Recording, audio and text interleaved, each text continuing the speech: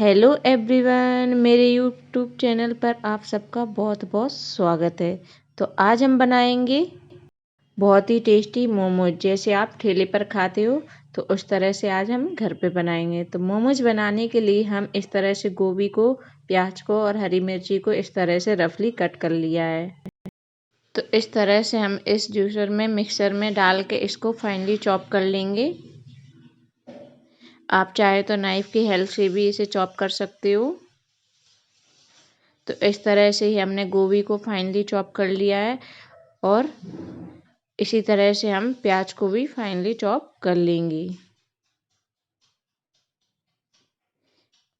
के अलावा किसी और में भी आप अपने अकॉर्डिंग कर सकते हैं। आपके पास जो भी चीज़ अवेलेबल हो आप उसके अकॉर्डिंग कर सकते हैं। तो इस तरह से हमने प्याज को भी फाइनली चॉप कर लिया है। अब मिर्ची को भी हम इसी तरह से फाइनली चॉप कर लेंगे। गोभी में मॉइस्चराइज़र ज़्यादा होता है, इसलिए हम एक कॉटन के कपड़े पर इस तरह से रख के उसका जितना भी उसमें से पानी निकलेगा वो सारा हम इस तरह से निकाल लेंगे। और निकालने के बाद इस तरह से इसे निकाल लेंगे और अब इसमें डाल देंगे फाइनली चॉप की हुई हरी मिर्ची और इन सबको कर लेंगे अच्छे से मिक्स।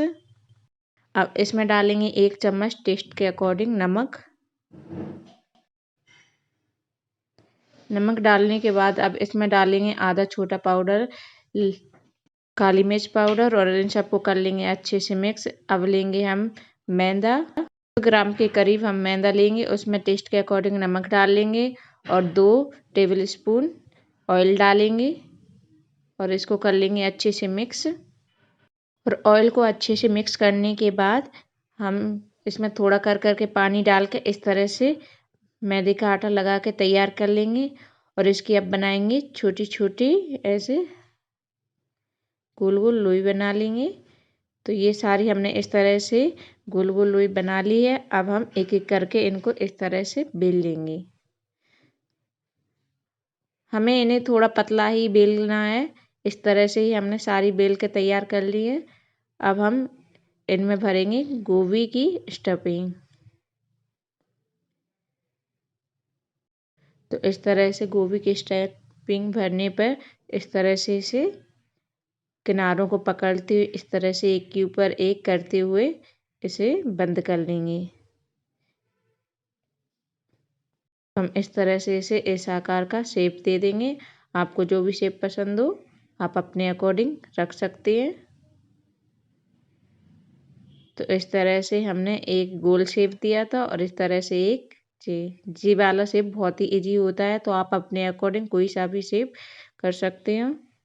तो इस तरह से ये हमारे मोमोज बनके तैयार है। अब हम इन्हें करेंगे स्टीम। स्टीम करने के लिए हम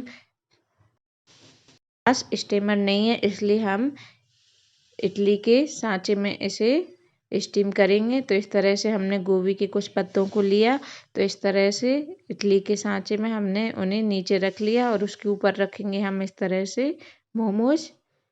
इस तरह से ये स्टीम करने पर बहुत ही टेस्टी लगते हैं।